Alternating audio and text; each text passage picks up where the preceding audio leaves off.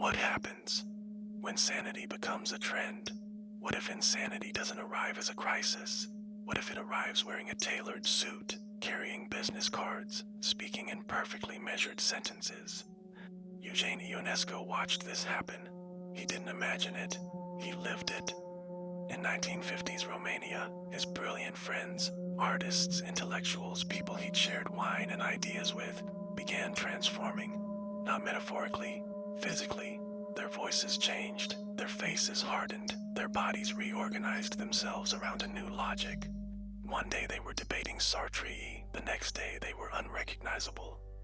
He realized something terrifying. Mass ideology isn't a political shift, it's a somatic contagion, a disease of the flesh, not just the mind.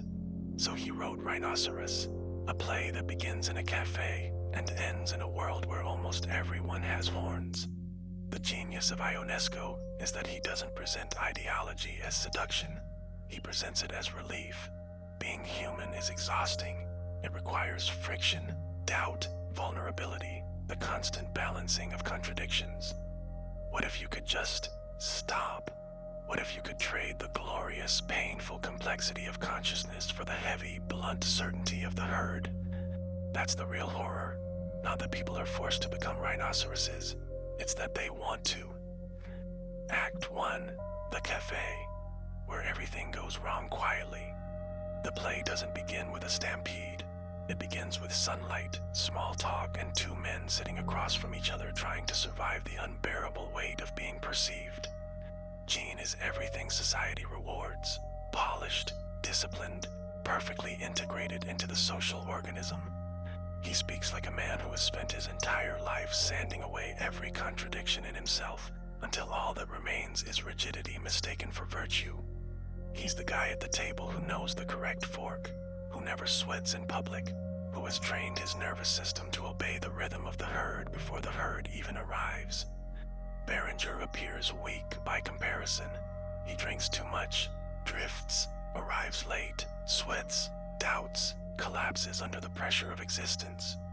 But Ionesco is showing us something radical. That very instability, that refusal to sand himself smooth, becomes the thing that saves him. And then it happens. A sound in the distance. Not yet a crash, just a tremor. The conversation fractures, breath changes, the body panics before the mind can explain what it has seen. A massive, armor-plated thing charges through the cafe, shattering the pavement, destroying the ecosystem of a quiet Sunday afternoon. Of course, everyone is horrified, but here's where Ionesco sets the trap. People don't flee, they interpret. They hold seminars about it, they debate, they theorize. Suddenly the problem is no longer the animal crushing your life under its hooves. The problem is your insufficient empathy for the animal. The intellectual in the tailored suit adjusts his glasses and says, well, we must consider the historical context of the stampede. This is Ionesco's diagnosis of what we call meaning fascism, the ability of the civilized mind to rationalize absolutely any atrocity if it uses the right vocabulary. The rhinoceros isn't a threat to be stopped. It's a phenomenon to be understood, contextualized, integrated into the narrative. And people buy it. They need to buy it. Because if you can explain the stampede, you don't have to feel it. Most people read Rhinoceros as a historical fable about late 50s Europe, an allegory about fascism, about how societies surrender their humanity to ideology. But that reading is too small. If that's all it was, it wouldn't still vibrate. What Ionesco is actually doing is performing a psychic autopsy on the human desire to surrender. He's interested in revealing how the machinery of rationalization makes monstrosity feel reasonable, inevitable, almost beautiful. The characters, they become beasts because they use their intellect to justify the mutation. Tutored, the office intellectual, decides to join the rhinoceroses because he convinces himself it's the natural or historical thing to do. His mind constructs perfect arguments for his own transformation. And the terrifying part, he's probably right logically. The mind can justify anything if it's disconnected from the body, from feeling, from the exhausting reality of lived experience. Ionesco understood something most political analysis misses completely. The collapse of the human happens in the meat. It's not about ideas winning an argument. It's about the nervous system giving up. When the intellect detaches from the heart, when we can talk about suffering without feeling it, the human form doesn't just fail. It actively reorganizes itself into something else. By Act 2, something has shifted. The rhinoceros is no longer an event. The logic of the world itself begins mutating. The office scenes are crucial because Ionesco does something brilliant. He places the collapse of humanity inside bureaucracy, routine, and ordinary social interaction. While people continue discussing deadlines, paperwork, and technical specifications, reality is actively disintegrating around them. The fluorescent lights stay on. The coffee machine still works.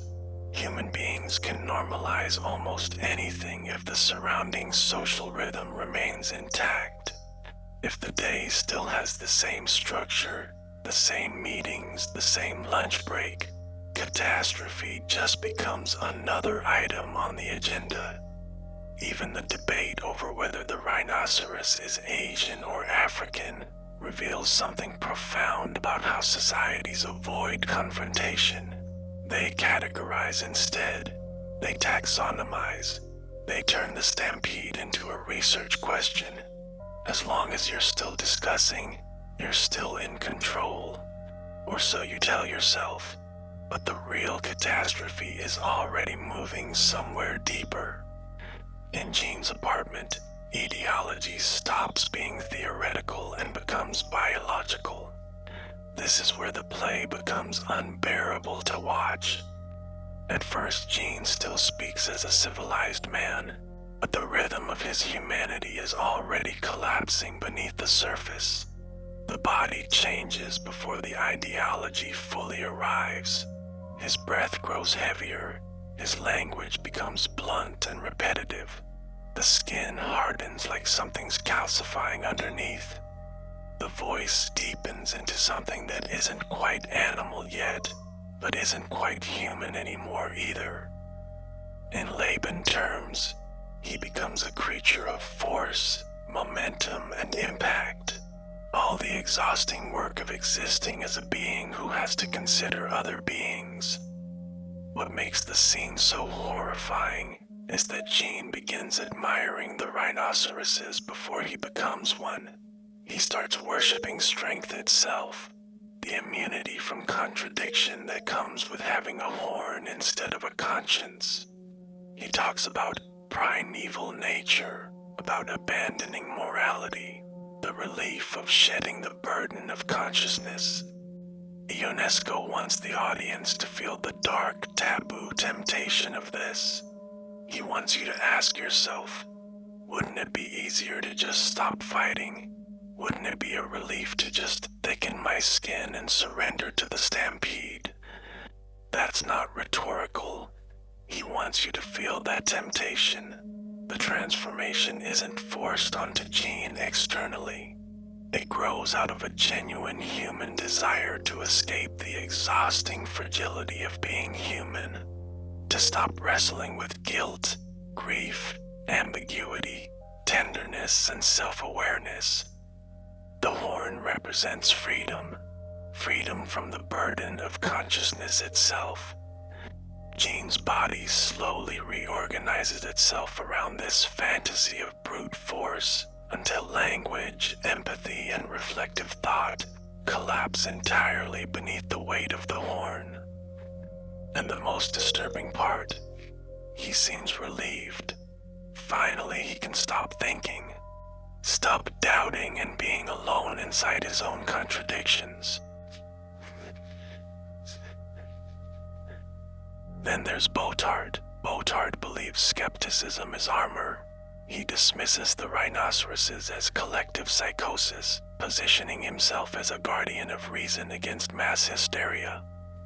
He's the guy at every dinner party who says, "I don't fall for narratives," who prides himself on seeing through the herd mentality. The classic intellectual trap, mistaking distance for immunity. He thinks his own cynicism will keep him clean, that by maintaining enough intellectual superiority, he can remain untouched by the contagion. He'll be the one objective observer in a world losing its mind. It doesn't work. He transforms like everyone else, because collective contagion doesn't discriminate between the credulous and the skeptical. It hunts the fanatics who think they're too true to the cause, the cynics who think they're too smart to fall, the isolated who think they're too alone to matter.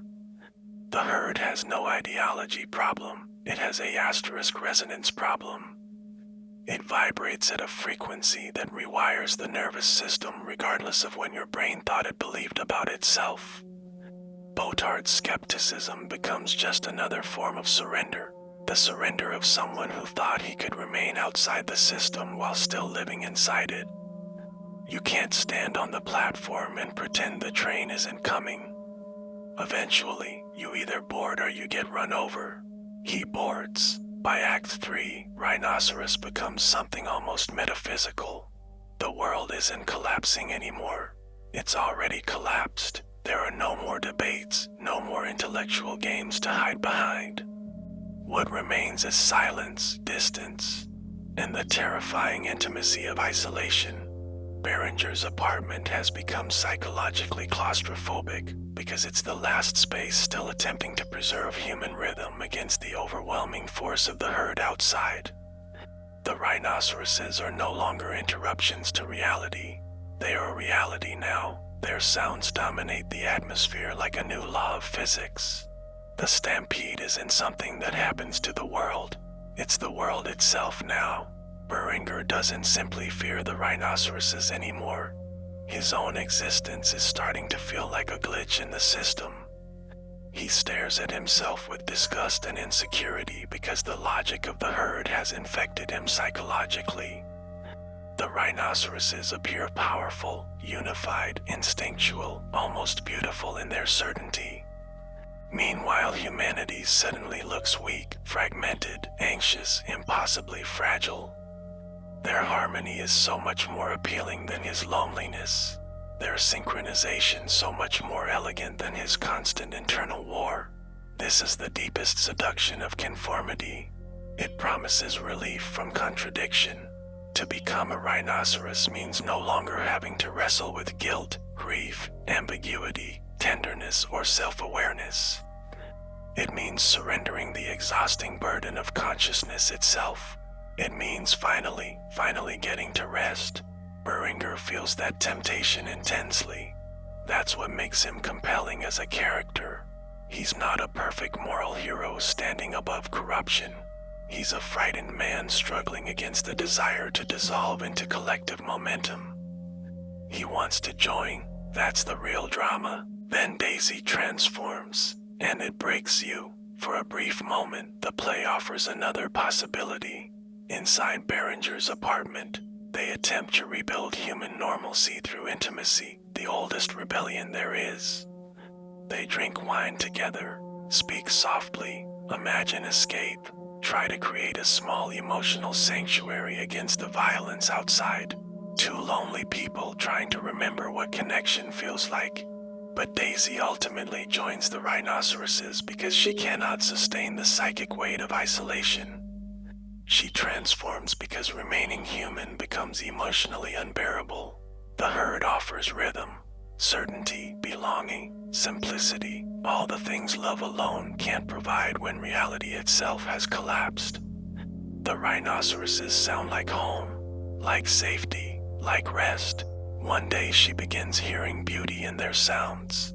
That moment is devastating because it reveals how conformity rewires perception itself. What once sounded monstrous now sounds natural, even attractive. The stampede starts sounding like a symphony. Berenger realizes something horrifying. Love alone cannot survive if reality itself collapses. The rhinoceroses are too synchronized. Their rhythm is stronger than their heartbeat.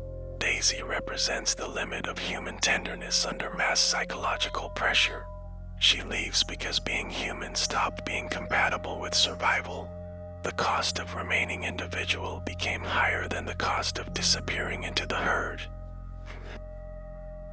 But we need to talk about the logician, because he's the key to everything. The logician is the high priest of a culture that has lost its mind but kept its syntax. He proves that you can construct perfectly rational, highly intellectual arguments while walking straight into the mouth of hell.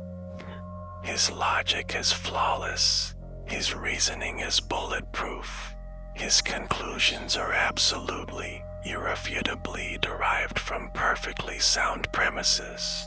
When systems of logic detach from the lived, breathing, fleshy reality of human experience, absurdity isn't just an accident. It becomes the asterisk operating system. You can use perfect reason to justify perfect horror. You can build cathedrals of logic on a foundation of corpses. We are living inside that operating system right now. People don't change all at once. This is important. They don't wake up with horns. They don't have a single moment of conversion or clarity or decision.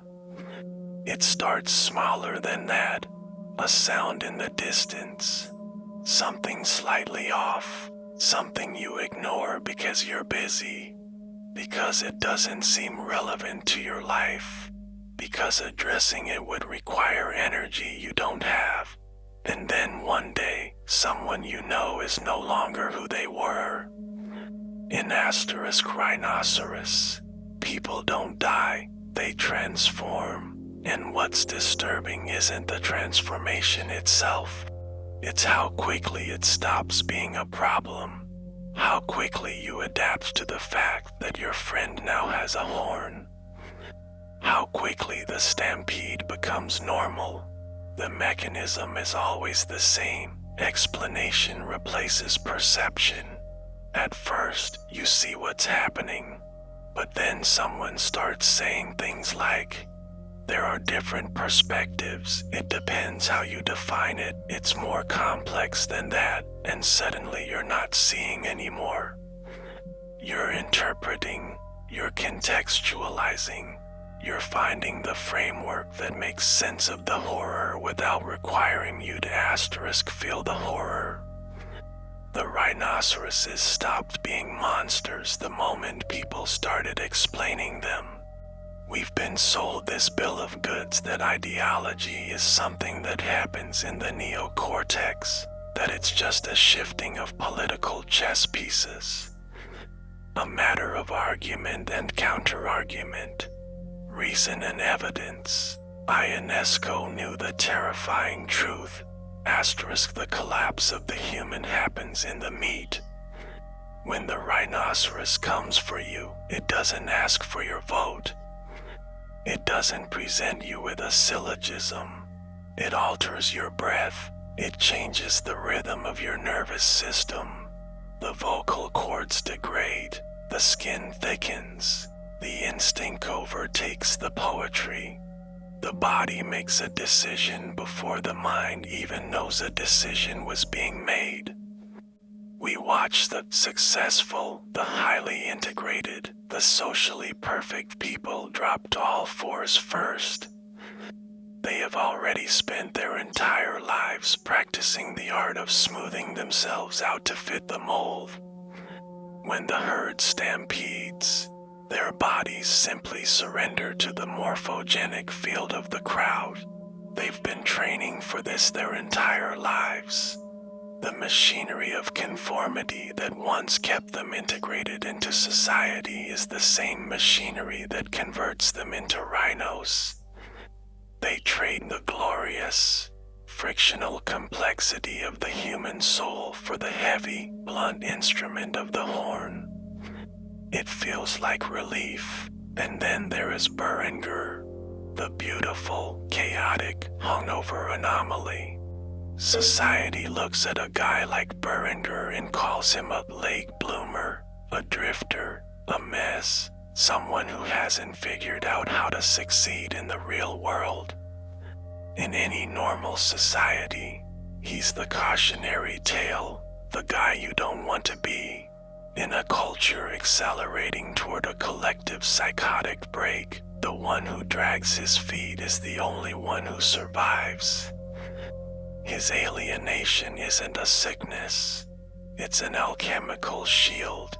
He never fully integrated into the dominator culture. The machinery of the herd cannot digest him because he was never really part of the system in the first place. He survived the end of the world simply by remaining an awkward, uncomfortable, fully feeling organism. His insecurity, that thing society told him was a weakness, becomes the exact boundary that keeps him human. He didn't choose this role. He didn't decide to be the last human standing. He's simply incapable of smoothing himself down enough to disappear into the crowd. His very unfitness for the system becomes his accidental salvation. We think the rhinoceros is extinct. It's not. It just migrated into the algorithm. The same disease, the same hunger for frictionless belonging, now spreads through feeds, comments, recommendation algorithms, and the endless scroll. The same morphogenic field, just operating at digital speed. The flattening is faster, more surgical, more difficult to see because it's wrapped in the language of choice and personalization. People are voluntarily numbing their own psychic atmospheres, trading their weird, fractal, deeply individual human contours for the safety of the trend. One day they're debating something, the next day they're saying the same thing as everyone else, and they can't quite remember when they changed their mind or if they even did. It's the same disease, just wearing a different mask. The rhinoceroses don't need to stampede through the streets anymore. They can stampede through the nervous system via a phone. They can rewire perception at the speed of an algorithm. They can make millions of people feel like they're thinking independently while simultaneously ensuring they all think the same thing. The logician would love it. Perfect reason, perfect conformity, a herd synchronized at the level of the algorithm itself. By the end, Beringer is alone in his apartment. The walls are literally closing in. The sounds of the rhinoceroses dominate everything. Their breathing, their stamping, their alien chorus of belonging. He is the last human organism in an ecosystem that has reorganized itself entirely around the horn. And then he screams it, "I'm not capitulating." But here's the thing, it's not a victorious superhero moment. It's tragic, exhausted, terrifying. He's not standing triumphantly above the fray. He's trapped inside a world where the fourth wall has collapsed, and the audience, the rhinos, has taken over the stage. He's screaming into an abyss that's already won. His declaration of resistance is spoken from terror, from grief, from the edge of psychological extinction. It's the scream of someone who realizes that the cost of remaining human is absolute, permanent, unbearable loneliness. That the last human condition isn't heroic triumph, it's isolation, absolute isolation, and he chooses it anyway. Not because he's heroic, because he's incapable of being anything else. His refusal to surrender his contradictions isn't strength, it's the only thing he knows how to be. In a world that rewards smooth adaptation to the herd, his inability to flatten himself becomes the final act of human dignity. Not because he's chosen it, but because he has no other choice. Ionesco wrote Rhinoceros because he lived it. He watched his brilliant, artistic, intellectual friends in Romania succumb to the fascist Iron Guard. But he noted something that standard historical analysis misses. It wasn't just a change of opinion. It was a physical mutation as his friends adopted the mass ideology. Their voices changed. Their faces hardened. Their physical posture altered. They became literally unrecognizable to him. He realized that mass conformity isn't a political shift. It's a biological disease. Rhinoceros is a somatic contagion, and we're living through it right now. Not with literal horns, obviously. With algorithms, with feeds, with the relentless pressure to flatten ourselves into whatever shape the herd requires. To speak the language of the moment, to abandon complexity for clarity, to trade the gorgeous, painful friction of being a real human being for the smooth, frictionless comfort of belonging to something larger than ourselves. The mechanisms have evolved, but the disease remains the same. So what is the act of resistance? It's not to wallow in the despair of the outsider. It's not to aestheticize your alienation or turn loneliness into a personality brand. It's to stubbornly, loudly, and consciously refuse the transformation. It's to realize that your alienation is not a sickness. It's the vantage point of the awake. We hold the line by staying frictional, by keeping our breath human, by refusing to sand ourselves smooth, by maintaining the glorious, painful, complicated interior life that makes us inconvenient to the herd, by saying no to the morphogenic field, by remaining the glitch in the stampede. We are not here to suffer beautifully for the camera. We are here to be the ones who stand in the middle of the noise and say, I will not flatten myself for you. I will not become the herd. I will remain human, even if it costs me everything. The alienation generation, the ones who refuse to merge with the algorithm, the mob, or the current trend, are the only ones holding the line. Not because we're heroes, but because we're incapable of being anything else. Ionesco wrote Rhinoceros to show that alienation is not a curse. It's the only proof of life. The ones who don't fit, the ones who refuse to smooth themselves down, the ones who remain awkward, difficult, full of doubt and friction and contradictions. We're not broken. We're the last organisms capable of remaining human in a world that's systematically reorganizing itself around the horn. When Beringer screams his final line, I'm the last man left, and I'm staying that way until the end. I'm not capitulating. He's not winning. He's not saving the world. He's not even going to survive. He's just refusing to become something he's not. And in a stampede of rhinoceroses, that refusal is the only revolution left. The question Ionesco leaves us with isn't, how do we stop the stampede? It's, at what point would you stop noticing? What becomes normal to you? When does it become normal? The answer is not at the end. It happens earlier, quietly, when explanation replaces perception. When you start saying things like, there are different perspectives, and it's more complex than that. It happens the moment you stop being willing to see what's right in front of you. Stay human, stay frictional, stay aware. The rhinoceroses are always watching to see if you're ready to join them. Don't be ready.